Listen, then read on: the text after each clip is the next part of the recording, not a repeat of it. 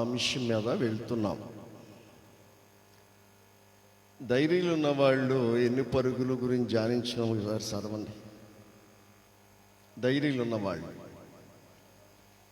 మొట్టమొదటి అబ్రహాం గారు ఆదిత్యపు పరుగు, రెండోది ప్రాయచిత్తపు పరుగు, మూడోది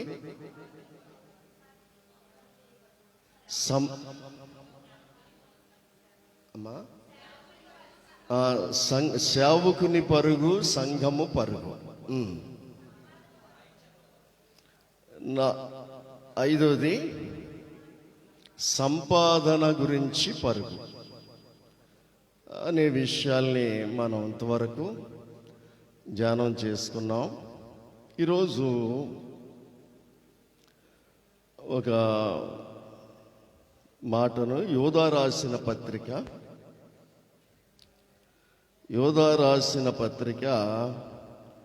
11వ వచనములో,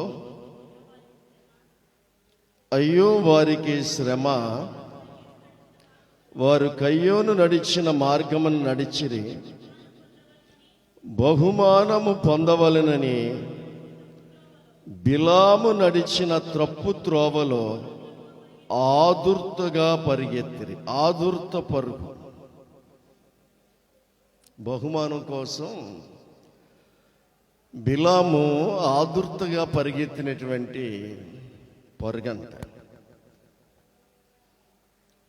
ఇక్కడ బిలాం గారు గురించి పేతురు కూడా రాశాడు. చూడండి ఒకసారి, దైవజనుడు పేతురు కూడా బిలాం గురించి ఒక మాట 2వ అధ్యాయములో 16వ వచనంలో రాశారు. బిలాము దుర్నీతి వల్ల కలుగు బహుమానమును ప్రేమించెను అన్నాడు. దుర్నీతి వల్ల కలుగు బహుమానాన్ని ప్రేమించాడు. బహుమానము కొరకు ఆదుర్తగా పరిగెత్తాడంట. ఆదుర్త. బహుమానం అంటే బహుమానం ఎవరికిస్తారు? బహుమానం ఎవరికిస్తారంటే, ఏదైనా ఒక పందెమ రంగములో గెలిచిన వాళ్ళకి బహుమానాలు ఇస్తారు. పందెపు రంగములో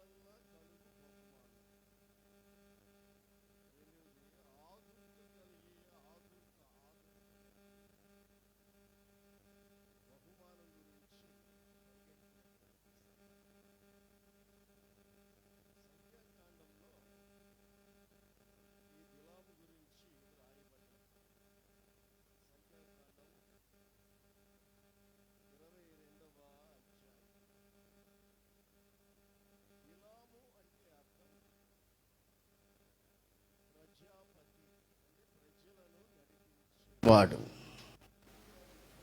బిలాము అంటే అర్థం ఏంటంటే ప్రజలను నడిపించేవాడు. ప్రజలను నడిపించేవాడు అని ఎందుకన్నాడంటే, దేవుడు బిలాముకి అటువంటి వరాన్ని ఇచ్చాడు. ప్రజలు ప్రవక్త దగ్గరికి రావాలి అంటే ఏదైనా వరం ఉండాలి. ప్రవక్త దగ్గరికి రావాలి అంటే దేవుడు ఏదైనా ఒక కృపావరం ఇస్తే ఆ కృపావరాన్ని బట్టి ప్రజలు వస్తారు. ఒక విచిత్రమైన విషయం ఏంటంటే, పిల్లలారా, దేవుడిచ్చే పరిశుద్ధాత్మ వరాల కంట వెలుగుదోత ఇచ్చే వరాలకు ఎక్కువ జనాలు మోసపోతున్నారు. పరిశుద్ధాత్ముడు ఇచ్చే వరాలు గమ్ముని పబ్లిసిటీ అవ్వవు. వెలుగుదూతను చూసావా? వెలుగుదూత ఇచ్చే వరాలు మారు మనసు లేనోడికి, తాగుబోతోడికి, పేకాటాడికి, వ్యభిచారులకి, దొంగలకి, పాపంలో జీవించే వాళ్ళందరూ కూడా అక్కడ గమని పరిగెత్తికెళ్తుంటే వాళ్ళతో మాట్లాడుతూ ఉంటుంది. పరిశుద్ధాత్మ ఇచ్చే వరాలు వేరుగా ఉంటాయి. వెలుగుదూత ఇచ్చే వరాలు ఏమండి చాలా ఎక్కువగా తొందరగా పబ్లిసిటీ అవుతుంది. గతంలో చాలామందిని మనం చూసాం కదా, క్రైస్తవ్యంలో మనం చాలామందిని చూసాం. అందులో ఒక ఆవిడ దేవుడమ్మ. ఎవరమ్మా? దేవుడికే అమ్మంట, దేవుడు అమ్మ. ఏంటి ఆవిడ వైద్యం అంటే గోటుతోటి, గోటు వైద్యం, గోరెట్టిలాగంటదంట, ఆపరేషన్ అయిపోద్ది. ఇదో రకమైనటువంటి ట్రిక్ అన్నమాట. జనం ఏం వెళ్ళేవారండి, వేల కొలిదిగా, లక్షల కొలిదిగా.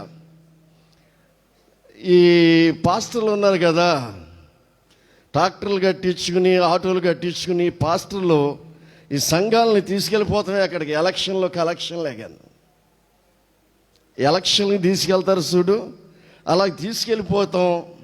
అక్కడ పర్సంటేజీ జనాలు తీసుకెళ్తాం. ఏమంటే చాలా విచిత్రమైనటువంటి తర్వాత దాన్ని కనిపెట్టి గోటు వైద్యము గుట్టు రట్టు అన్నాడు. పేపర్లో హెడ్డింగ్ పెట్టాడు. గోటు వైద్యం ఏమైందంట, గుట్టు రట్టు అయింది, అరెస్ట్ చేశారు. ఏమండి ఏదైనా దేవుడిచ్చిన కృపా వరం మనం కలిగి ఉంటే అది సంఘ క్షేమాభివృద్ధి కోసం ఇస్తాడు. సంఘము క్షేమాభివృద్ధి పొందడానికి ఇస్తాడు. కృపవరాలు దేవుడు ఎందుకు ఇస్తాడంటే సంఘము ఆయన శరీరం. యేసు ప్రభు సంఘానికి శిరస్సు అయి ఉన్నాడు. ఈ శిరస్సు ద్వారానే ఈ శరీరం అంతా, అంటే సంఘం, ప్రపంచంలో ఉన్న సంఘం అంతా నడిపించబడతా ఉంటుంది. ఆ శరీరము క్షేమాభివృద్ధి పొందాలి, దినదినము అభివృద్ధి పొందాలి. ఏది ఇచ్చినా అంతే తప్ప మన స్వార్థం కోసం ఇవ్వడు, మన పొట్ట కోసం ఇవ్వడు, మన బతుకు తెరువు కోసం ఇవ్వడు. ఆయన సంఘము క్షేమాభివృద్ధి పొందాలి. ఎలీషాకి ఇచ్చిన గొప్ప వరములో సిరియా దేశం నుంచి నయమాను వచ్చాడు. రథం వేసుకుని వచ్చాడు. ఎలీషా కుటీరం దగ్గర రథం రోడ్డు మీద ఆపాడు. ఎలీషా ప్రవక్త అయ్యో హోమ్ మినిస్టర్ వచ్చేసాడు, సైన్యాధిపతి గారు వచ్చేసారని చెప్పి గబగబ పరిగెత్తుకుని వచ్చేసి అయ్యా వందాలు అవుట్లు పీల్చి, తారాజుబలు వేసి, దండలేసి, పార్టీకి సంబంధించిన జైలు కొట్టి, సాల్వాలు కప్పి, ఒక మంచి టేజీ కట్టి, డెకరేషన్ చేసి, కుర్చీ వేసి కూర్చోబెట్టి మాట్లాడా? ఏమండి ఈరోజు క్రైస్తవ్యం ఎలా ఉందంటే రాజకీయ నాయకులు లేకుండా ఏది చేయలేకపోతున్నారు. రాజకీయ నాయకులు లేకుండా చర్చిలు కట్టలేకపోతున్నారు. రాజకీయ నాయకులు లేకుండా పునాదులు వేయలేకపోతున్నారు. రాజకీయ నాయకులు వేయకుండా రిబ్బన్లు ప్రతిష్ఠించలేకపోతున్నారు. రిబ్బన్లు కట్ చేయలేకపోతున్నారు. కంపల్సరీ వాళ్ళు ఉండవలసిందే. ఇది వరకు ఆత్మీయ విలువలు కలిగి ఒక మంచి దైవజనుడు, మంచి అనుభవాల్లో, కష్టాల్లో పుటం వేయబడి, శ్రమల్లో శోధించబడి, ఏమండి మంచి కృపావరం, పరిశుద్ధాత్మ అభిషేకం కలిగి దరిద్రం అనుభవిస్తున్న ఆత్మీయ విలువ కలిగి ఆయన్ని తీసుకొచ్చి పునాదులు వేయించేవారు. ఆయన చేతుల మీదుగా ప్రతిష్ఠించేవాళ్ళు. ఇప్పుడు ఆ విలువలు పోయినాయి. ఇప్పుడు ఆ విలువలు పోయి అన్నీ లోక సంబంధమైనటువంటి ఆలోచనలతోటి. ఎందుకంటే సంఘాల్లో ఎవడు మారు మనసు పొందినవాడు ఎవడు ఉండడు, రక్షణ అనుభవం కలిగిన వాడు ఎవడు ఉండడు. అటువంటి ప్రజల మధ్యలో ఇటువంటి కార్యాలు జరుగుతూ ఉంటాయి. బయటికి కూడా రాలేదు. సిరియా దేశం నుంచి ఏమండి ఫలానా సైన్యాధిపతి గారు వచ్చారు, రథం వేసుకుని కారు వేసుకుని వచ్చారు, రథం వేసుకుని వచ్చారు. వస్తా ఒట్టి చేతులతో రాలేదండి దేవుని సన్నిధికి. ఏమండి 20 మణుగులు బంగారాన్ని తీసుకొచ్చాడండి, వెండిని 20 మణుగుల వెండిని తీసుకొచ్చాడండి. 1,20,000 రూపాయలు విలువ చేసే బంగారాన్ని తీసుకొచ్చాడండి.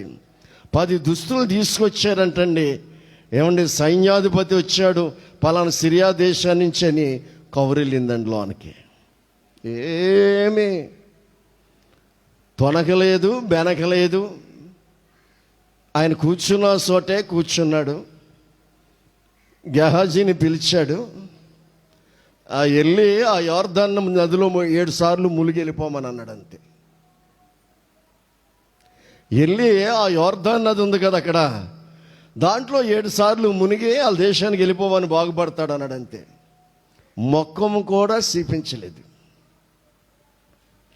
బయటకు వచ్చి వందనాలండి, సిరియా దేశం నుంచి వచ్చారు కదా, ఏమండి సిరియా దేశం నుంచి చైనా నుంచి మా భారతదేశానికి వచ్చారు కదా అని మర్యాదలు చేయలేదు. కనీసం ముఖం కూడా సీపించకుండా ఆ యోర్దాను నదిలో మునిగేసి 7 సార్లు మునిగేసి వెళ్ళిపోమని బాగుపడిపోతాడు అన్నాడు. వచ్చి ఆ గెహాజీ వచ్చి అసిస్టెంట్ వచ్చి చెప్పాడు, అయ్యా మా అయ్యగారు మిమ్మల్ని ఆ యోర్దాను నదిలో 7 సార్లు మునిగేసి మీ దేశం వెళ్ళిపోమన్నాడండి, మీరు స్వస్థ వచ్చేద్దంట అన్నాడు. ఎలా ఉంటుంది చెప్పండి? అంత దూరం నుంచి రాష్ట్రాలు దాటి, జిల్లాలు దాటి, మండలాలు దాటి ఏదో ప్రార్థన చేస్తాడు. ప్రార్థన చేస్తే మా ఇంట్లో పిల్ల చెప్పింది పని మనిషి, మా ఇంట్లో ఈ దేశానికి సంబంధించిన ఒక అమ్మాయి ఉంది పని మనిషి, ఆ అమ్మాయి ఏమో మా ఆవిడికి చెప్పింది, మా ఆవిడేమో నాకు రాత్రి టైంలో బెడ్రూమ్లో నాకు చెప్పింది, నేనేమి వెళ్ళి రాజుగారికి చెప్పాను. ఎందుకంటే ఇజ్రాయిల్స్ మనకు బానిసలు కాబట్టి వాళ్ళ దగ్గరికి వెళ్ళి ప్రార్థన చేయించుకుంటామండి. అంటే ఈ రోజుని అటువంటి ఫీలింగ్స్ ఉన్నాయి కదా. కులం తక్కువ వాళ్ళ దగ్గరికి వెళ్తాం ఏంటి, ఆ దరిద్రుడి దగ్గరికి వెళ్తాం ఏంటి అని అగ్రకులంలో ఉన్న వాళ్ళకి ఆ ఫీలింగ్స్ ఉన్నాయి, డబ్బున్న వాళ్ళకి ఆ ఫీలింగ్స్ ఉన్నాయి. ఈ రోజుని అతను కూడా ఇజ్రాయిల్స్ మనం బానిసలం కదా, మనకు బానిసలు కదా వాళ్ళు, ఆ దగ్గరికి వెళ్ళి ప్రార్థన చేయించుకుంటాం ఏంటి అని రాజుగారు అంటాడేమో అని రాజుగారి దగ్గరికి వెళ్ళి చెప్పాడు. రాజుగారు ఏమన్నాడంటే, ఎల్లు పర్లేదు, నువ్వు బాగుపడడం ముఖ్యంగానే ఆడ ఈడ ఎవడ అనేది మనకు అనవసరం. నువ్వు బాగుపడడం దేశానికి క్షేమం. కానీ నువ్వు స్వస్థ వస్తే, ఈ కుష్ఠరోగం ఉంటేనే ఇన్ని దేశాలను జయించేవు. నువ్వు కుష్ఠరోగం ఉంటేనే ఇంత పరాక్రమం కలిగిన బలార్జునని పేరు నీకుంది. నీకు ఆరోగ్యం వచ్చిందంటే ఈ ప్రపంచాన్ని జయిస్తాం మనం సిరియలము. నువ్వు వెళ్ళి నాకు కావాల్సింది నీకు స్వస్థత రావాలి అన్నాడండి. అంటే రాజుగారు చెప్పాను. రాజుగారు వెళ్ళమన్నాడు. బహుమతులు తీసుకుని వచ్చాను. వస్తే కనీసపు మర్యాద, కనీసం తన కుటీరంలో నుంచి బయటకు వచ్చి, అయ్యా సైన్యాధిపతి గారు వందనాలండి, ఎక్కడి నుంచి వచ్చారు, ఎవరెవరు వచ్చారు, ఎప్పుడు బయలుదేరారు, ఎందుకు వచ్చారు అనే మాట మర్యాద కూడా లేదే. మర్యాద కూడా లేదు. కనీసం ముఖం కూడా చూపించలేదే. ముఖం కూడా చూపించలేదు. ఈడేం పాస్టర్ అండి. ఒక ఆవిడ అలాగే అందండి. ఏమండి, ఒక ఆవిడే ఆడేం పాస్టర్. ఎందుకంటే మనకు ఉక్రోషం వచ్చిందనుకో, మన కోపం వచ్చిందనుకో, ఇక పాస్టర్ లేడు, పాస్టర్ అమ్మ లేదు, ప్రవక్తలు లేరు, విశ్వాసులు లేరు. ఇక మనం నోటికి అడ్డం వచ్చినట్టుగా ఉంటాం మనం. ఏమండి, కనీసం ముఖం కూడా చూపించలేదు. వచ్చి నాకు ఈ రోగం ఉంది, కుష్ఠరోగం, అతను చెయ్యేసి పైనుంచి కిందకి సవరించి ప్రార్థన చేసి నా రోగాన్ని బాగు చేస్తాడు అని నేను వచ్చాను. కనీసం ముఖం కూడా చూపించకుండా పైగానంట ఆ డ్రైనేజ్లో మునిగి వెళ్ళాలంట. ఎందులోనూ యోర్దాన్ నది, అది డ్రైనేజ్ లాంటిది అన్నాడు. ఆ డ్రైనేజ్లో మునిగి వెళ్ళాలా ఆ యోర్దాన్ నదిలో? మా దేశంలో గొప్ప గొప్ప నదులు లేవా? మా సిరియా దేశంలో ఈ ఇజ్రాయెల్ దేశానికి వచ్చి ఆ యోర్దాన్ నదిలో మునిగి 7 సార్లు మునిగి వెళ్ళిపోమంటున్నాడు. మా దేశంలో బ్రహ్మాండమైనటువంటి నదులు ఉన్నాయి. మా దేశంలో బ్రహ్మాండమైన నదులు ఉన్నాయి. అందులో నేను మునిగెళ్ళలేనా? మా దేశాల్లో ములగలేమా అనుకుని, ఏమండి, ఎక్కడ లేని కోపం తెచ్చుకుని పోనీరా రథం వెళ్ళిపోదాం అన్నాడు. సరే, రథం స్టార్ట్ అయింది, వెళ్తున్నారు. ఆ రథం తోలివాడు అన్నాడు, అయ్యా చిన్న ఆలోచన అండి. ఏంట్రా అన్నాడు. అయ్యా, మనం అంత దూరం నుంచి ఆ దేశానికి ఈ దేశానికి ప్రయాసపడి వచ్చాం కదా. ఆ దేశానికి ఈ దేశానికి ప్రయాసపడి వచ్చాం. మనం ప్రయాసపడుతూ భారం మోస్తున్నా జనులు ఈరోజు ఇప్పుడు మంచి ఎండలో మీరు అందరూ ప్రయాసపడి వచ్చారు. పాపం మా సురేష్ అయితే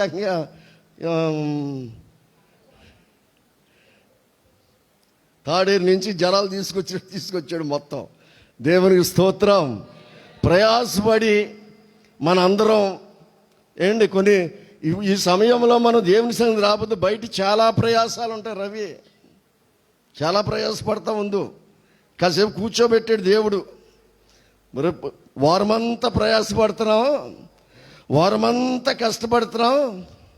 ఒక 2 గంటలు నా సంధిలో కూర్చుని నా మాటలిని నీ విశ్వాసం బలపరుచుకుని చక్కగా నువ్వు బలపడమని దేవుడు కూర్చోబెట్టాడు.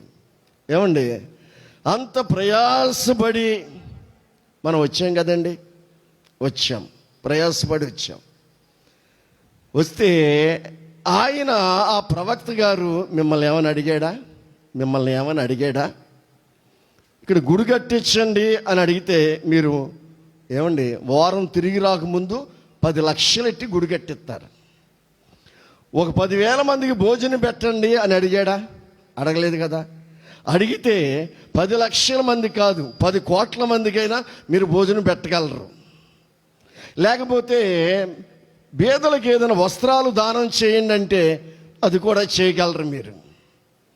మీరు ఆయన ధర్మకార్యాలకి సంబంధించిన విషయాలు ఏమి అడగలేదు కదండి. మనల్ని 20 మణుగులు వెండి తీసుకొచ్చారు, 1,20,000 బంగారం తీసుకొచ్చారు, 10 దుస్తులు పట్టు వస్త్రాలు తీసుకొచ్చారు, చీలాయ వస్త్రాలు లాంటివి. అవి కూడా అడగలేదండి. బట్టలు అడగలేదు, బంగారం అడగలేదు, డబ్బులు అడగలేదు, ఏమి అడగలేదు. ఈ కార్యము చెయ్యి అని ఆయన అడగలేదు కదండి. ఒకసారి ఆలోచించండి. మీరు కంగారు పడిపోయి తొందరపడిపోతే కాదు, అంత దూరం నుంచి వచ్చాం కదా. ఓర్పు ఏమన్నాడు సొలొమోను?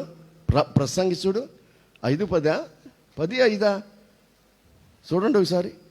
ప్రసంగి 10:5.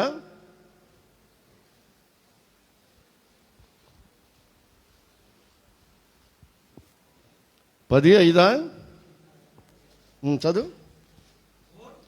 ఓర్పు గొప్ప ద్రోహ కార్యములు జరగకుండా చేయను. ఈ మాట అందరం చెప్దాం, నోరుతోటి అందరూ చెప్పాలి.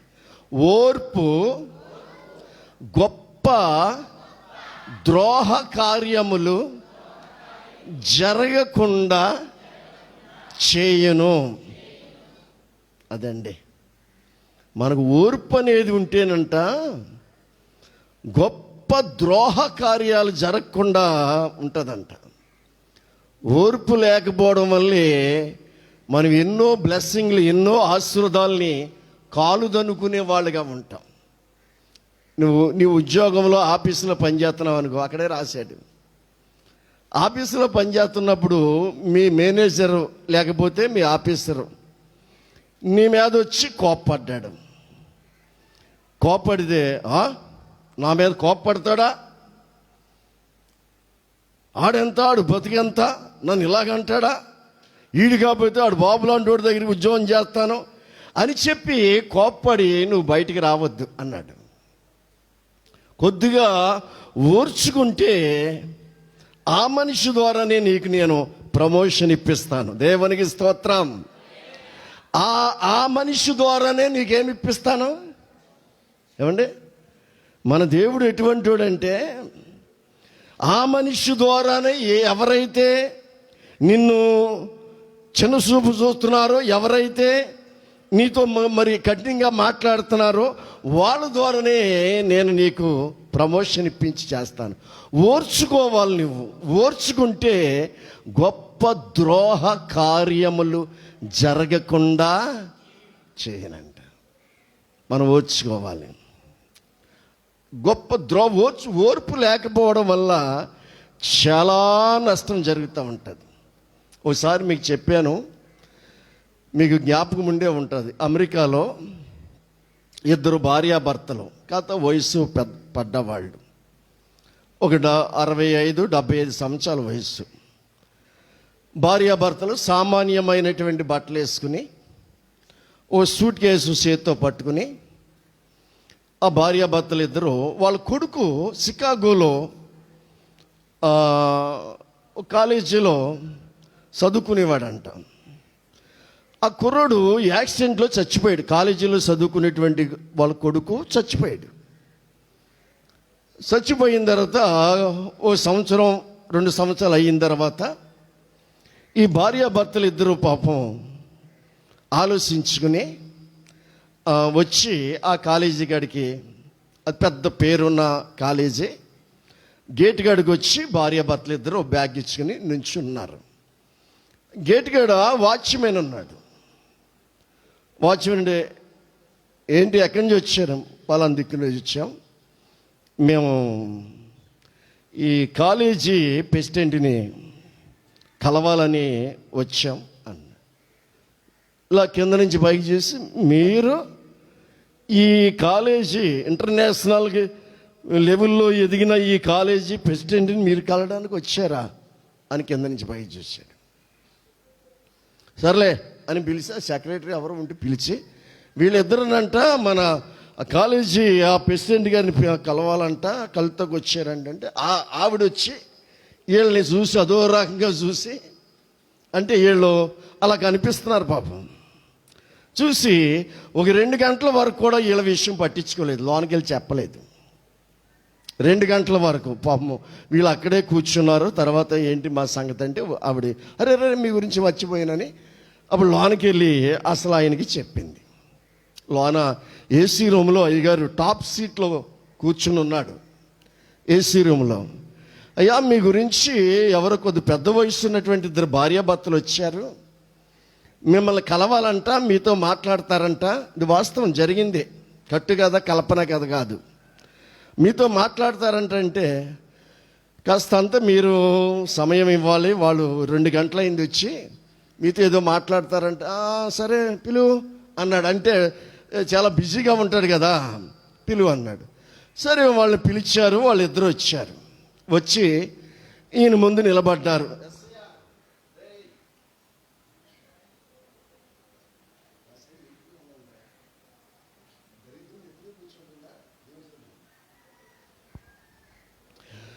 కాసేపు ఇద్దరు వచ్చి నిలబడ్డారు.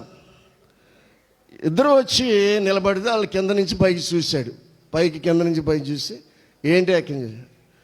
అయ్యా మరి గతంలో మా అబ్బాయి ఈ కాలేజీలో చదువుకునేవాడు, యాక్సిడెంట్లో చచ్చిపోయాడు కాబట్టి మేము మా అబ్బాయి జ్ఞాపకాలకి మేము చాలా గారంగా పెంచుకున్నాము. ఈ కాలేజీలో చదివాడు కాబట్టి మేము ఈ కాలేజీకి మా అబ్బాయి పేరిట ఏదైనా కట్టించాలనుకుంటున్నాము అన్నారంట. ఆయన అన్నాడంట, ఇక్కడ మీరు ఏదైనా కట్టించాలనుకుంటే మీ అబ్బాయి జ్ఞాపకార్థంగా ఏదైనా సమాధి లాంటిది లేకపోతే ఒక విగ్రహం లాంటిది కట్టించి మీరు ఇక్కడ మీ అబ్బాయి పేరు మీద ఏదో మీ అబ్బాయి పోలికలో ఒక విగ్రహం కట్టించి ఒక స్తూపం నిర్మించి ఏదో కట్టడం కట్టించి పేరు తెచ్చుకోవాలనుకుంటున్నారా? ఇక్కడ ఇటువంటి కుదరవు అని చెప్పేసి అనండి. అది కదండి, మా అబ్బాయి పేరుని ఏదైనా మేము చెయ్యాలనుకుంటున్నాం ఈ కాలేజీకి అన్నారంట. ఆయన మహాగర్విష్టి. ఈయన చూసి మీరేం చేస్తారు ఈ కాలేజీకి, ఇంటర్నేషనల్ లెవెల్లో ఉన్న కాలేజీకి, ఈ కాలేజీ మీరేం చేస్తారు? 40 కోట్ల రూపాయల తోటి ఈ కాలేజీ కట్టించి 40 కోట్ల, ఆ రోజుల్లో 40 కోట్ల రూపాయలతో కట్టించిన కాలేజీ ఇది, మీరేం కట్టిస్తారు ఇంకాను అన్నాడంట. అప్పుడు ఈ భార్యాభర్తలు ఇద్దరు ఒకళ్ళ ముఖం ఒకళ్ళు చూసుకున్నారంట. ఈయన ముఖమేమో ఆవిడ చూసింది, ఆవిడ ముఖమేమో ఈయన చూశాడు. చూసుకుని వెళ్ళిపోదామా అన్నాడంట. వెళ్ళిపోదామా అందంట. అప్పుడు అన్న, అయ్యా 40 కోట్ల రూపాయలతో మీరు కట్టించారన్నారు కదా, అది మా ఊళ్ళోనే మా అబ్బాయి పేరుని మేము ఆ 40 కోట్లు మీకు ఇద్దామని వచ్చాము, మేము మా అబ్బాయి పేరుని మా ఊళ్ళో కట్టించేసుకుంటామండి అని వెళ్ళిపోయారంట. వీడికి మతి లేదంట. అంటే ఆ 40 కోట్ల రూపాయల అబ్బాయి పేరుని వాళ్ళకి ఇవ్వడానికి వచ్చారు వాళ్ళు. వీడి తొందరపాటు, వీడి గర్వము, ఈ అహంకారము, మనుషుల్ని నిర్లక్ష్యం చేసి మాట్లాడడం, వాళ్ళ డ్రెస్సును చూసి, వాళ్ళ పర్సనాలిటీని చూసి, కింద నుంచి పైకి చూసి ఎప్పుడు అనుకోవద్దు. ఈ మధ్య చెత్తకాయితేలు ఏరుకునేవాడు చచ్చిపోతే, ఆడు మూట ఇప్పుడు చూస్తే ఎన్ని లక్షలు ఉన్నాయండి? 5 లక్షల రూపాయలు ఉన్నాయండి ఆడు మూట. 5 లక్షల రూపాయలు ఆడు మూటలో ఉన్నాయంట. ఏమండి, పందులు మేపువాడు కూడగట్టి టంగుపెట్టిలో వేస్తే ఆడు రోజు అవసరం టంగుపెట్టి తీస్తే అందులో 5 లక్షల రూపాయలు నన్ను తుప్పట్టేసినట్టు మొత్తం అన్ని. యేసయ్య చెప్పాడు, మీ ధనమును దాచుకుంటే చిమ్మెట్లు కొట్టేస్తాయి, తుప్పట్టిపోద్ది అన్నాడు.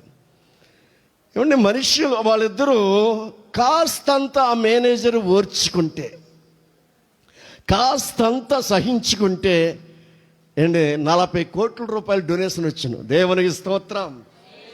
ఏమండి, ఓర్పు గొప్ప ద్రోహ కార్యములు జరగకుండా ఓర్చుకోండి. మీరు ఈ వ్యాపారాల్లో ఏంటి, ఫ్యాక్టరీలో ఏంటి, కాలేజీల్లో ఏంటి, స్కూల్లో ఏంటి, ఏమండి ఎక్కడైనా సరే మీరు ఓర్చుకుంటే తప్పనిసరిగా మీకు మేలు జరుగుద్ది. అయ్యా మిమ్మల్ని ఏం అడగలేదు కదండి ఆయన, ఇవన్నీ చేయమంటే చేదుడు కదా.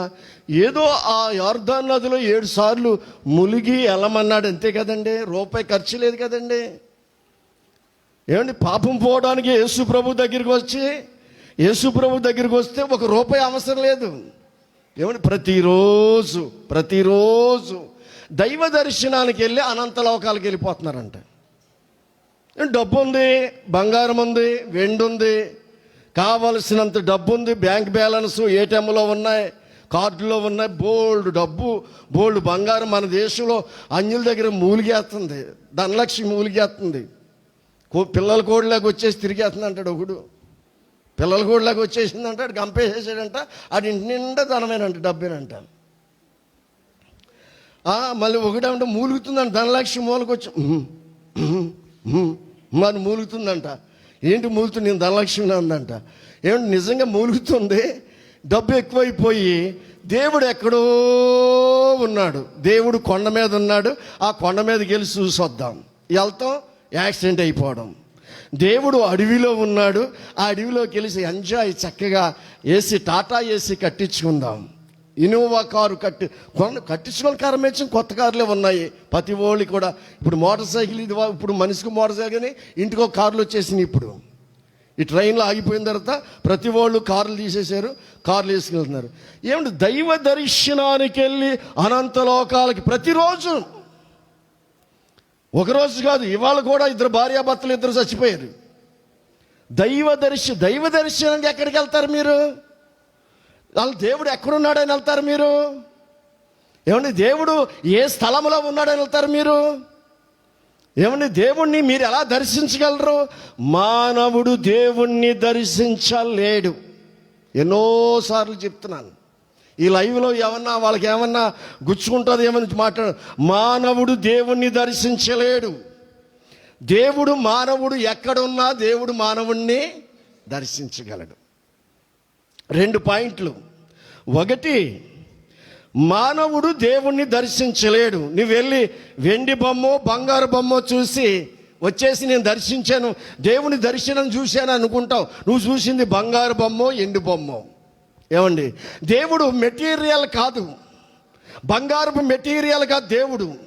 దేవుడు వెండి మెటీరియల్ కాదు, దేవుడు చెక్క మెటీరియల్ కాదు, మెటీరియల్లో ఉండే దేవుడు కాదు. దేవునికి స్తోత్రం.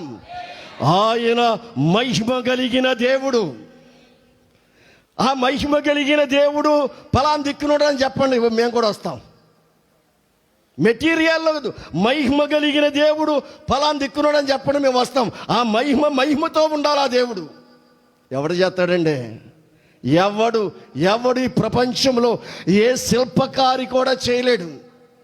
మహిమ కలిగిన దేవుణ్ణి ఎవరు? మహిమ స్వరూపి అంటే యేసు ప్రభు వారు. 1 కొరింథీయులో పౌలు రాశాడు. చదవబాయ్, పౌలు గారు రాశాడు. 1 కొరింథీయులో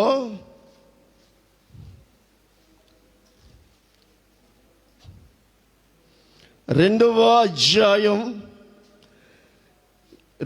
అధ్యాయము 7వ వచనం. దేవుని జ్ఞానము మర్మమైనట్టుగా బోధించుచున్నాము. ఈ జ్ఞానము ఈ ప్రపంచానికి మరుగై ఉండెను. జగత్ ఉత్పత్తికి ముందుగానే దీనిని దేవుడు తన మహిమ నిమిత్తము మన మహిమ నిమిత్తము నియమించెను. అది లోకాధికారులలో ఎవరికి తెలియదు ఈ విషయం. ప్రధానమంత్రికి తెలియదు, ముఖ్యమంత్రికి తెలియదు, రాష్ట్రపతికి తెలియదు, ఎమ్మెల్యేకి తెలియదు, ఎంపీలకి తెలియదు, ఏమంటే గవర్నర్లకు తెలియదు. ఈ లోకాధికారులలో ఎవరికి తెలియదు ఈ మర్మం. ఎంత గొప్ప సంగతి బిడ్డలారా, ఎంత వండర్ఫుల్ అయిన మాట. ఈ లోకాధికారులలో ఎవ్వనికి నీ తెలియదు. అది ఏంటంటే, అది వారికి తెలిసి ఉండిన ఎడల మహిమ స్వరూపియగు ప్రభువును సిలువ వేయకపోదురు. దేవునికి స్తోత్రం. మన దేవుడు యేసయ్య మహిమ స్వరూపి, మెటీరియల్లో ఉండే దేవుడు కాదు. మహిమ స్వరూపుడా, మృత్యుంజయుడా, మరణపు ముల్లును విరచిన వాడా, నీకే స్తోత్రము నా యేసయ్యా, నీకే స్తోత్రము, నీకే స్తోత్రము నా యేసయ్యా. తలుపు కలపండి. నీ రక్తమును నా రక్షణకై బలియాగముగా అర్పించినావు. నీ రక్తమును నా రక్షణకై బలియాగముగా అర్పించినావు.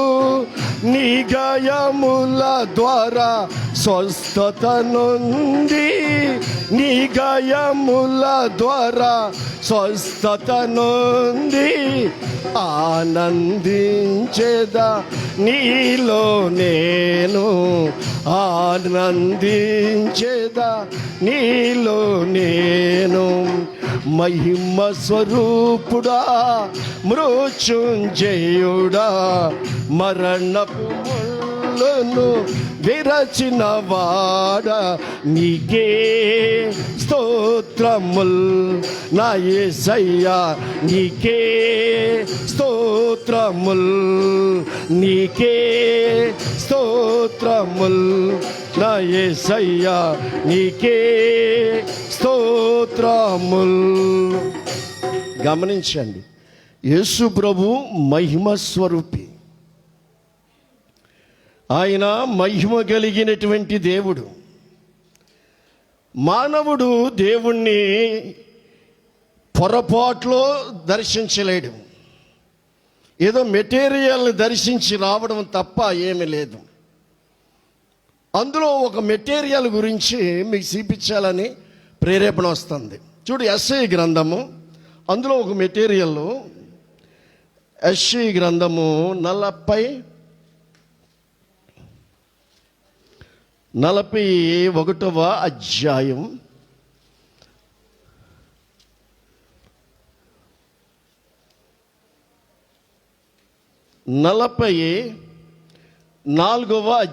44వ అధ్యాయం. చూడు, 44వ అధ్యాయంలో వండర్ఫుల్ అయినటువంటి విషయాలు చెప్తున్నాడు. 14వ వచనంలో ఏమన్నాడు?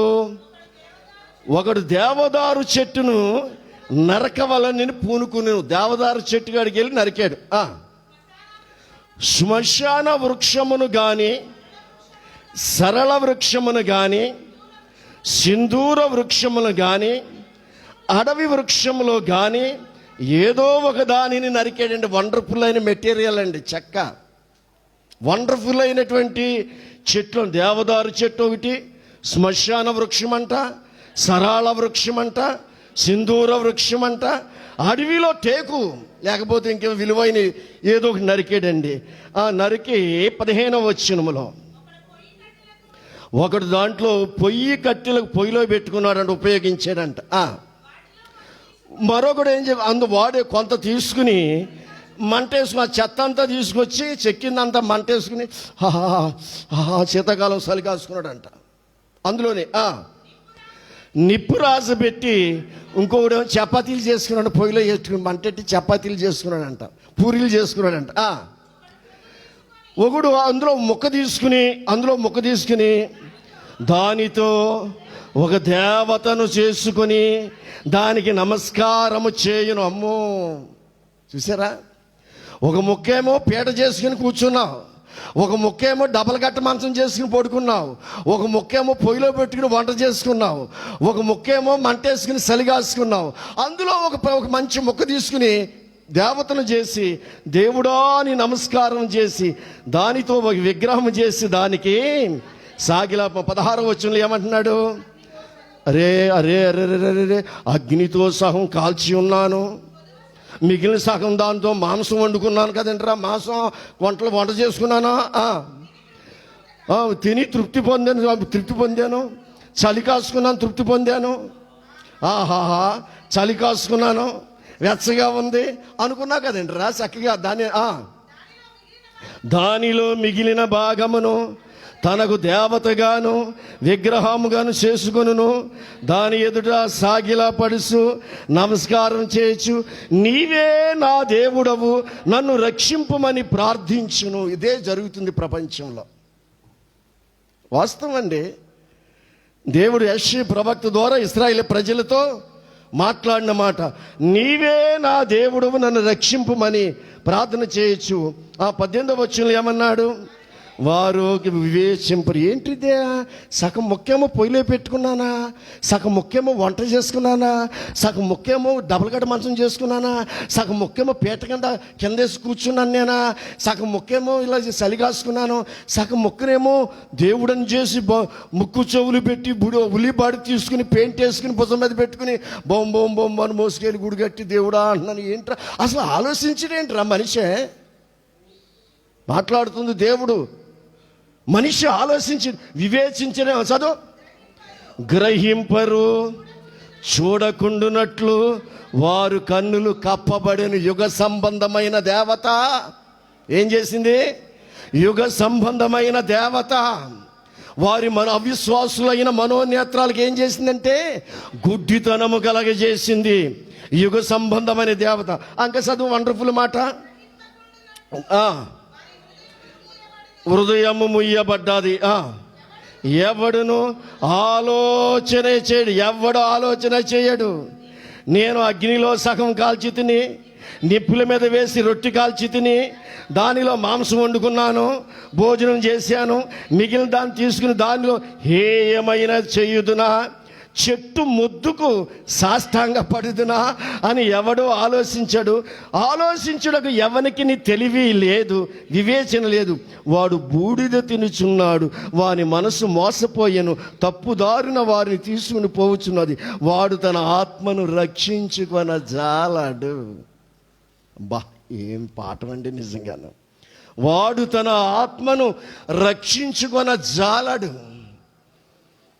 ఈరోజు ఈ భక్తి కార్యక్రమాలు, ఈ భజన కార్యక్రమాలు, ఈ ప్రార్థనలు, ప్రపంచ మానవాళి పూజలు, ఏమండి ఆరాధనలు, ఇవన్నీ దేనికంటే నీ ఆత్మ చెప్పాలి రక్షించబడ్డానికే.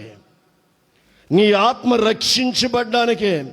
ఈ 70 సంవత్సరాలు 80 సంవత్సరాలు తిన్నామా, తాగామా, తిరిగామా అనుకుంటున్నాం. సదాకాలం నిలిచే ఆత్మ, శరీరము కేవలం నిష్ప్రయోజనం, ఆత్మ సదాకాలము జీవించేదాన్ని నిర్లక్ష్య పెట్టేవా, యుగ యుగాలు ఏడవలసింది. వారి కుడి చేతిలో అబద్ధం ఉన్నది కదా అని అనుకున్నటకు వారికి బుద్ధి, ఇది అబద్ధం, నేను బూడి తింటున్నాను, మోసపోయాను అనుకుంటే జ్ఞానం లేదు, బుద్ధి సాలదు. ఎటువంటి వారిని మహిమ స్వరూపి దేవుడంటే మెటీరియల్లో ఉండే దేవుడు కాదు, మహిమ స్వరూపి. దైవ దర్శనానికి వెళ్తున్నారు, రోజు చనిపోతున్నారు.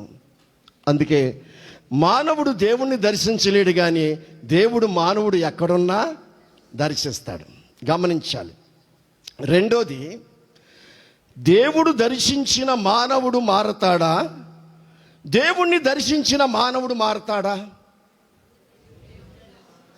దేవుడు దర్శించిన మానవుడిలో మార్పు వస్తుందా, లేక నేను దేవుణ్ణి దర్శించాను అన్న మానవుడిలో మార్పు వస్తుందా? అది ఏమండి, మేము రాత్రి దైవ దర్శనం చూసామన్న వాళ్ళు ఎవ్వడికి మార్పు ఉండదు, గ్యారంటీ చెప్తున్నాను. ఇదిగో, దేవుడు వచ్చి ఒక దుర్మార్గుని దర్శిస్తే ఆ దుర్మార్గుడు సన్మార్గుడిగా మారిపోతాడు. దేవునికి స్తోత్రం. ఒక దేవుడు వచ్చి ఒక తాగుబోతువాడిని దర్శిస్తే ఆ తాగుబోతువాడు మంచిగా మారిపోతాడు. దేవుడు వచ్చి ఒక బందిపోటు దొంగను దర్శిస్తే ఆ బందిపోటు దొంగ నీతిమంతుడిగా మారిపోతాడు. దేవుడు వచ్చి ఒక వ్యభిచారిని దర్శిస్తే ఆ వ్యభిచారి ప్రతివతగా మారిపోతుంది. దేవునికి స్తోత్రం. విప్లవాత్మకమైనటువంటి మార్పు. పరలోకమందున్న మహిమ స్వరూపైన దేవుడు వచ్చి మానవుని దర్శిస్తాడు, కానీ మానవుడు దేవుణ్ణి మాత్రం దర్శించలేడు. అందుకే అయ్యా, నేను ముగించే ముందు, అయ్యా మిమ్మల్ని ఇటువంటి ఏం అడగలేదు కదా, 7 సార్లు అక్కడ ములిగెలమన్నాడు కదా, రూపాయి అడగలేదు కదా. యేసుప్రభు దగ్గరికి వస్తే రూపాయి అక్కర్లేదు పాపం పోగొట్టుకోవడానికి. హాస్పిటల్కి వెళ్తే చెప్పాలి, లక్షలు కావాలి మనకి. హాస్పిటల్కి వెళ్తే ఎక్కడికి వెళ్ళినా సరే నీ పాపం విషయంలో రూపాయి అవసరం లేదు, పరిచర్య విషయంలో ఎన్ని లక్షలైన అవసరమే. పాపం విషయంలో రూపాయి అవసరం లేదు, పరిచర్యకి మాత్రం ఎంత డబ్బు అయినా అవసరమే. ఎంత డబ్బు అయినా సరే, ఎంత సేవ అయినా చేయొచ్చు డబ్బుంటే అని మనం అనుకుంటాం. పాపం విషయంలో మాత్రం 1 రూపాయి అవసరం లేదు. ఎందుకంటే ఆయన విలువైన ప్రాణాన్ని ప్రాణముగా పెట్టేశాడు. ఆయన విలువైన ప్రాణాన్ని మన ప్రాణ విమోచన కొరకు ఆయన పెట్టాడు. కాబట్టి దానికి మించిన విలువైంది లోకంలో లేదు. నువ్వు విశ్వసిస్తే సరిపోద్ది. అందుకే అయ్యా మిమ్మల్ని ఏం అడగలేదు కదా, 7 సార్లు మునగమన్నాడు కదా, అప్పుడు 7 సార్లు, ఇప్పుడు ఒకసారే. ఇప్పుడు ఎన్నిసార్లు? ఇప్పుడు ఒకసారి బాప్తీసం పొందు. నువ్వు ఎక్కడైనా సరే బాప్తీసం పొందుతావు. అయితే ఇందులో తేడా ఉంది. 2 సార్లు బాప్తీసం పొందిన వాళ్ళు ఉన్నారు. చూడే, ఎపిఎస్సి 2 సార్లు బాప్తీసాలు పొందిన వాళ్ళు మనకు కనిపిస్తారు.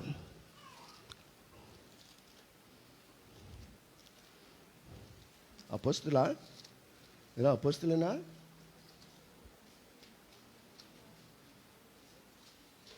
అపోస్తులేనా? చాలా కాలమైంది వాక్యం దగ్గరికి వెళ్ళి. 19వ అధ్యాయం అపోస్తుల కార్యాలు 19వ అధ్యాయం 4వ వాక్యం పైన ఒక మాట చదువు. అడగగా వారు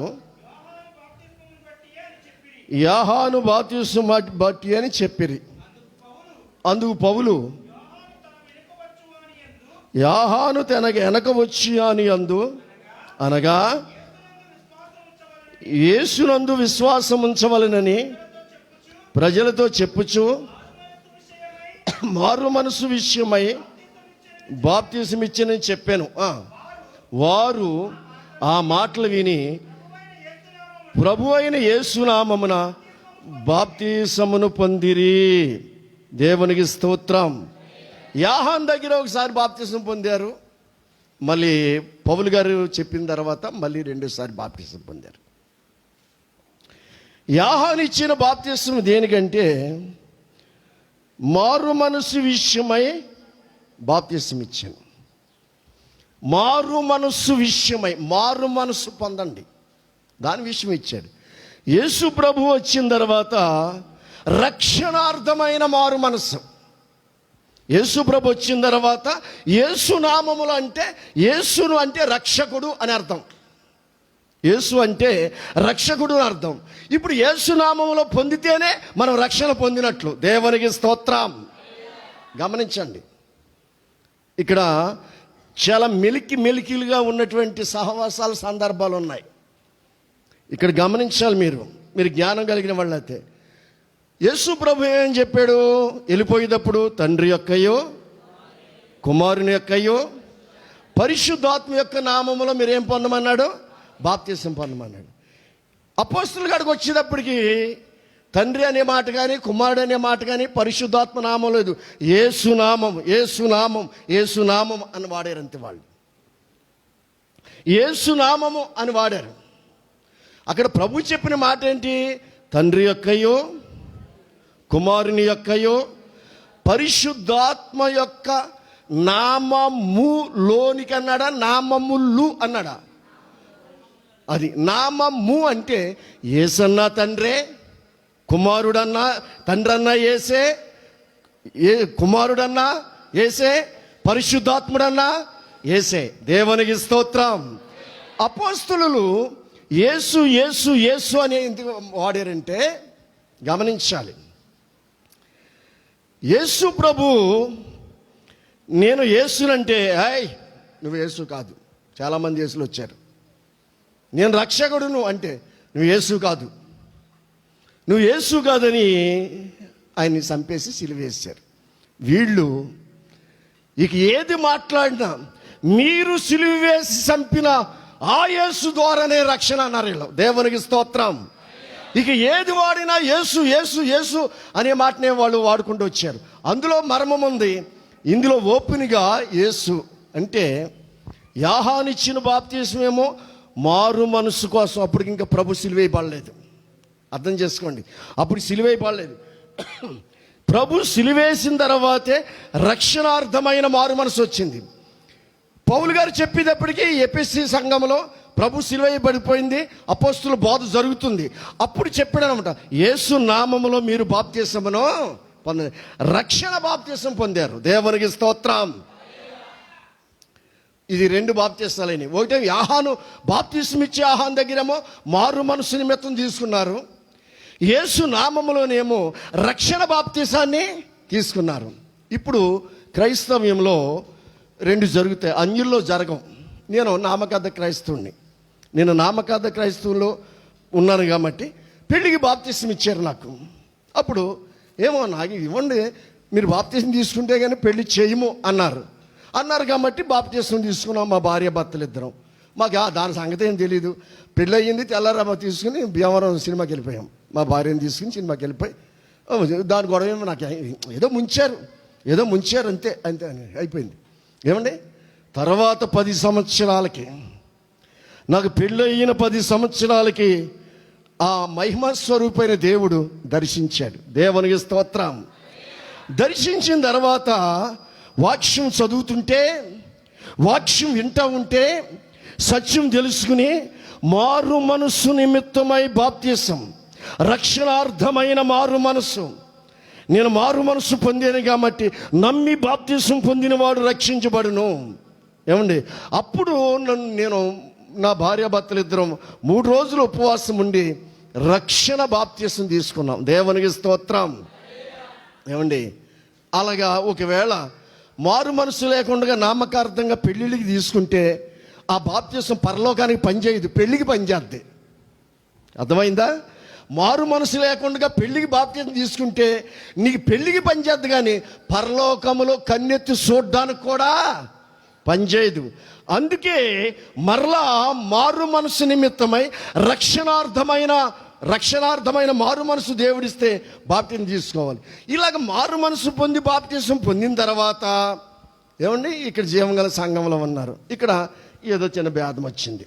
భేదం వచ్చి ఇక్కడి నుంచి వెళ్ళిపోయి ఇంకో మినిస్ట్రీకి వెళ్ళారు. అక్కడికి వెళ్ళి వీళ్ళ మహాభక్తులాగా మాట్లాడతారు. అక్కడికి వెళ్ళి మహాభక్తులాగా మాట్లాడేదానికి వాళ్ళు ఏమంటారు, అక్కడ బాప్తిసం తీసుకున్నాం కానీ అక్కడ కుదరలేదు, ఆయన ఉద్యోగం చేసుకుంటుంటే బాప్తిసం ఇచ్చాడు అని చెప్పి. అయితే వాళ్ళు రండి, మేము బాప్తిసం ఇస్తామని మళ్ళీ వాళ్ళు బాప్తిసం. సరే, అక్కడ కొంతకాలం ఉంటుంది వీళ్ళ రంగు, అక్కడ అయిపోద్ది. మళ్ళీ ఇంకో సంఘానికి వెళ్తారు. అక్కడికి వెళ్ళిన తర్వాత అక్కడ అన్నాడు, అక్కడ చూస్తూ అక్కడ పరిస్థితి చూస్తే అక్కడ కూడా మహాభక్తులాగా మాట్లాడతారు. అంటే ఇక్కడ బాప్తిసం పొందితే కార్యాలు జరుగుతున్నాయి అంటాడు ఎవడను. అయితే మళ్ళీ ఇక్కడికి బాప్తిసం. ఎన్ని బాప్తిసాలు? అక్కడికి 3 బాప్తిసాలు. ఏమండి, యేసు ప్రభు అదే చెప్పాడు. ఏమని చెప్పాడు? యేసు ప్రభు పేతురు అన్నాడు, నేను పాదాలు కడుగుతాను అన్నాడు యేసు ప్రభు. నేను పాదాలు కడుగుతానంటే లేదు నువ్వు నన్ను కడుగుతా, నేను కడగబోతే నాలో నీకు ఏమి లేదు, పాలు లేదు. ఇప్పుడు కడుక్కుండా వచ్చా మనం. ఇప్పుడు ఎంత బురదలో దొల్లి వచ్చినా దేవుడు మనల్ని కడుగుతాడు. తెల్లవారులు పాపమని బురదలో దొల్లి వచ్చినా, వ్యభిచారిచి తెల్లవారులు బురదలో దొల్లి వచ్చింది, అమ్మా నీ విశ్వాసము, అమ్మా నువ్వు ఇంకెప్పుడు పాపము. ప్రభు దగ్గరికి వస్తే ఎంత బురద పంది అయినా సరే, ఎంత బురద కుక్క అయినా సరే, ఏమండి ఎంత జిత్తులు మారిన నక్క అయినా సరే, ఆయన దగ్గరికి రాకముందు బురదలో పొందిన పంది అవ్వచ్చు, ఆయన దగ్గరికి రాకముందు బురదలో పొందిన ఆ కక్కిన కూటికి ఆలాయపడిన కుక్క అవ్వచ్చు, జిత్తులు మారి నక్క అవ్వచ్చు. ఆయన దగ్గరికి వచ్చిన తర్వాత ఆయన రక్తంలో కడుగుతాడు. దేవునికి స్తోత్రం. ఆయన కడిగిన తర్వాత బురదలో పొలుతూ మానేయాలి. ఆయన కడిగిన తర్వాత కక్కిన దానికి ఆలయం పడ్డం మానేయాలి. ఆయన కడిగిన తర్వాత నక్క ప్లాన్లు మానేయాలి. జిత్తులు మారు నక్క. ఏమంటే సంఘంలో ఎవరైనా జిత్తులు మారు వేసాలు వేసిన వాళ్ళు ఏమని పిలవాలి తెలుసా? సామెతలు 24:8 చదువు. సంఘంలో ఎవరైనా జిత్తులు మారి నక్క వేసాలు వేసారనుకో, వారిని ఏమని పిలవాలి చూ. అమ్మో, 24:8 కీడు చేయు పన్నాగములు ఏంటంట? కీడు చేయడానికి పన్నాగాలు పన్నే నక్క, పన్నాగాలు నక్క. తంటాల మారి అని పెట్టండి పేరు. ఏ పేరంట చెప్పండి అందరూ. కుర్రోళ్ళు మీరు ఏం పేరు? నువ్వు చెప్పు.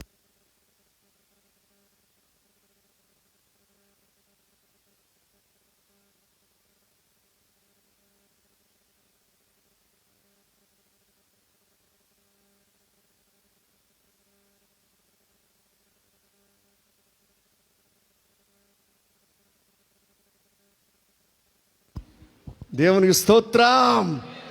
ఏమండి, తంటాల మారి ఎవరైనా జిత్తులు మారి నక్కలేగా వీళ్ళకి అగ్గిపుల్ల గీసేసి వీళ్ళ మాటలు వాళ్ళ దగ్గర, వాళ్ళ మాటలు వీళ్ళ దగ్గర, ఈ తంటాల అగ్గిపుల్ల తంటాల మారి అని పిలవండి అంతే మీరు. అదే తంటాల మారిది. ఒక ఇంటికి ఎట్టిది ఎన్ని ఇంటికి పెడద్దంట? 7 కొంపలుగా పెడద్దంట. తంటాల మారుడాడు. తంటాల మారి యేసు ప్రభు దగ్గరికి వస్తే కడుగుతాడు. నేను కడగపోతే నీలో నాకేం లేదు, బాబా మొత్తం కడిగేసాయి నన్ను నిలువేలా కడిగేసాయి అన్నాడు. అప్పుడు అన్నాడు ప్రభు, అక్కర్లేదు, ఒకసారి స్నానం చేసిన వాడు పాదాలు కడుక్కుంటే సరిపోద్ది, మళ్ళీ స్నానము. ఒకసారి బాప్తిసం పొందినవాడు మళ్ళీ బాప్తిసం పొందక్కర్లేదు. మారు మనసు నిమిత్తమై బాప్తిసం పొందాం. ఒకసారి సభల్లో పెళ్ళి కాదు, మారు మనసు నిమిత్తమై పొందిన తర్వాత పడిపోయావనుకో సరి చేసుకుంటా ఉండు. నీతిమంతుడు 7 సార్లు పడిపోయినా తిరిగి లెగుస్తాడన్నాడు. సరి చేసుకుంటా ఉండు. ప్రభు వచ్చే వరకు కూడా కడుక్కుంటా శుద్ధులు అవుతా, పరిశుద్ధి చేసుకుంటూ మనలో ఉన్న డస్ట్, మనలో ఉన్నటువంటి అడ్డడిపోయిన చెత్త ప్రతి ఆదివారం శనివారం నీ ఉపవాస ప్రార్థన ఎందుకు? నీలో ఉన్న డస్ట్ని కడిగి శుభ్రం చేసి నిన్ను ప్రభురాకడికి సిద్ధపరచాలి. దేవునికి స్తోత్రం. రేపొద్దున్న తెలుస్తుంది నీకు. ఏమండి, కాలదన్ని యేసయ్య రక్తాన్ని కాలదన్నేసి ఉచిత రక్షణ కృపకు మించిన ఆత్మను తిరస్కరించి వెళ్ళిపోయిన వాళ్ళకి కన్ను మూసేకి తెలుస్తుంది. రక్షణ విలువ కలిగి కష్టాలు సహించుకుని పరిశుద్ధంగా జీవించే వాళ్ళు కన్ను మూసేక వీళ్ళకి తెలుస్తుంది. వాళ్ళు కన్ను మూసిన తర్వాత కృపకు ఆధారముకు ఆత్మను తిరస్కరించిన వాళ్ళు అగ్ని గుండములోకి దిగిన తర్వాత అప్పుడు అయ్యో, మా దైవజనుడు మా పాస్టర్ గారు రొమ్ము కొట్టుకుంటా చెప్తూ ఉంటే నేను వినలేదు. అయ్యో, కన్ను మూసిన క్షణంలోనే నీకు అర్థమైపోద్ది. ఇప్పుడు ఏంటో ఏమి నిమ్మకి నీరినట్టుగా, నీకేమి సంబంధం లేనట్టుగా, ఏమండి దేవుని కార్యాలకి నీకు నువ్వు కన్ను మూసిన క్షణంలో తెలుస్తుంది. రక్షించబడి నీ రక్షణను జాగ్రత్తగా కాపాడుకున్నా కన్ను మూసిన క్షణంలో తేజోవాసులైన పరిశుద్ధులు దొరికినప్పుడు ఆ మహిమను చూసి అయ్యో బాబోయ్, అమ్మ బాబోయ్, అయ్యో కలగన్నానా ఏంటి కళ, ఇది నిజమా ఏంటి? విచిత్రమైన మహిమ కలిగిన ఏంటి ఆ దేవదూతలు బంగారు రెక్కలతో ఎగురుకుంటూ అయ్యి బాబు ఏంటి వర్ణించలేని. పౌలు అన్నాడు ఆ పరలోకాన్ని గురించి అంట 2 కొరింథీయులు 12వ అధ్యాయం, నేను ముగిస్తున్నాను. పౌలు అన్నాడు ఆ పరలోకం గురించి అంట 2 కొరింథీయులు 12వ అధ్యాయంలో పరదేశం తీసుకెళ్ళిపోయాడు పౌల్ని. పౌలు ఏమంటాడు అక్కడ చదువు అంత కిందకెళ్ళు. పరదేశుకి తీసుకెళ్ళిపోయిన శరీరం లేక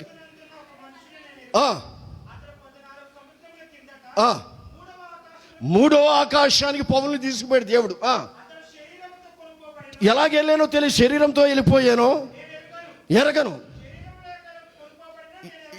ఎలాగెళ్ళిపోయాను.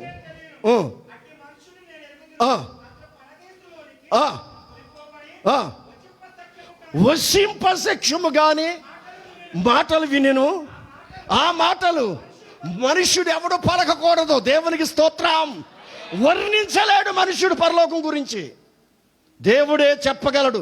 రేపొద్దున మనం ప్రవేశించిన తర్వాత ఏ మనుష్యుడు పరలోకం గురించి వశింపశక్యం కాని మాటలు మనుష్యుడు ఎవడు పలకకూడదంట, వర్ణించలేం.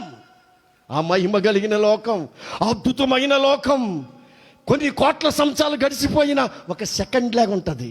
కొన్ని కోట్ల సంవత్సరాలు గడిచిపోయిన ఒక సెకండ్ లాగా ఉంటుంది. ఇప్పుడు ఏదో దేవుడికి ఏదో కలిసి వచ్చేసినట్టు, నీ ద్వారా ఏదో దేవుడికి ఏదో కలిసి వచ్చేసినట్టు ఫీల్ అవుతున్నారు. బిడ్లారా, మనుష్యుడు వశింపశక్యము, మనుష్యుడు పలకలేనటువంటి దేవుడు మాత్రమే చెప్పగలడు. రేపొద్దున మనం పరలోకంలో ప్రవేశించిన తర్వాత అప్పుడు అయ్యో బాబోయ్, ఇంకో 10 సంవత్సరాల ముందు వచ్చేసి ఉంటే ఎంత బాగున్నాం అనిపిస్తుంది. కిందకి వెళ్ళిన వాళ్ళేమో లబో దిబో. బిడ్లారా, అయ్యా 7 సార్లు ఒకసారి మొలగాలి, ఇప్పుడు 7 సార్లు అక్కర్లేదు. మొలగండి, సరే ఇలా రథం పానిరా, యోర్దాను నదికి పోనీ అన్నాడు. యోర్దాను నదికి వెళ్ళాడు, గట్టి మీద దిగాడు, వెళ్ళి యోర్దాను నదికి వెళ్ళాడు. బుడింగిని ములిగి లేచాడు, చూసుకున్నాడు, ఏం మార్పు లేదు. రెండోసారి బుడింగిని ములిగి లేచాడు. అరే ఈ చేతుల్లో కూడా ఏళ్ళలో కూడా మార్పు లేదే. మూడోసారి బుడింగిని లేచాడు. అరే ఎంట్రుకలు కూడా తెల్లగానే ఉన్నాయి, నల్లగా మారలేదేంట్రా? కుష్ఠరోగి ఎంట్రుకలు ఎలా ఉంటాయి? తెల్లగానే ఉన్నాయి, నల్లగా కూడా మరి. నాలుగోసారి బుడింగిని లేచాడు. అరే గోళ్ళు తినేసి ఉన్నాయి, గోళ్ళు కూడా పెరగలేదేంట్రా? కుష్ఠరోగి గోళ్ళు ఎలాగుంటాయి? పెరలేదండి. ఐదోసారి బుడింగిని లేచి చూశాడు, ఏమో మార్పులు, కలర్ శరీరం అంతా గాయాలకు ఉంది. ఆరోసారి బుడింగిని లేచి తీసాడు, ఏమీ మార్పు లేదు. ఏంటి? చెప్పినట్టుగా చెయ్యాలి. అంచుల మట్టకి పోయండి నీళ్ళు అన్నాడు కానీ అంచులు ములుగునట్టుగా పోయమన్నాడు. నీళ్లు ద్రాక్షారసం అవ్వాలంటే చెప్పినట్టుగా 10 బిందులు వేసి చూస్తే సరిపోద్ది ఏంటి? 10 బిందులు వేసి సరిపోద్దా? లేకపోతే ఇక్కడ దాకే సరికాదు, అంచులు బరాబరిగా పోయింది. పోసేయండి, అయిపోతుంది. చెప్పినట్టు చేస్తే అయిపోయింది. మళ్ళీ పోసేసిన తర్వాత ఈయన వచ్చి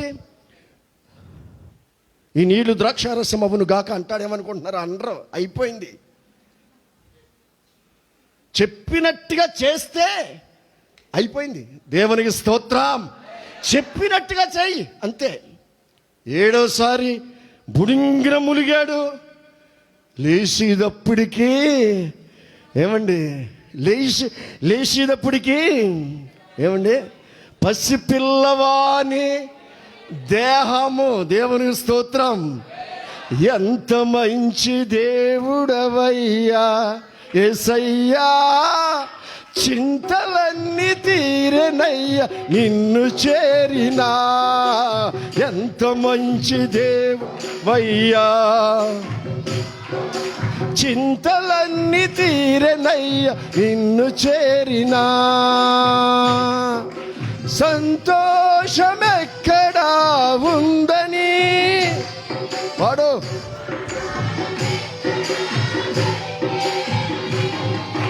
సంతోషమెక్కడా ఉందని, సమాధానమెక్కడా దొరికేనని జగమంతా వెతికాను, సర్వజనులను అడిగాను,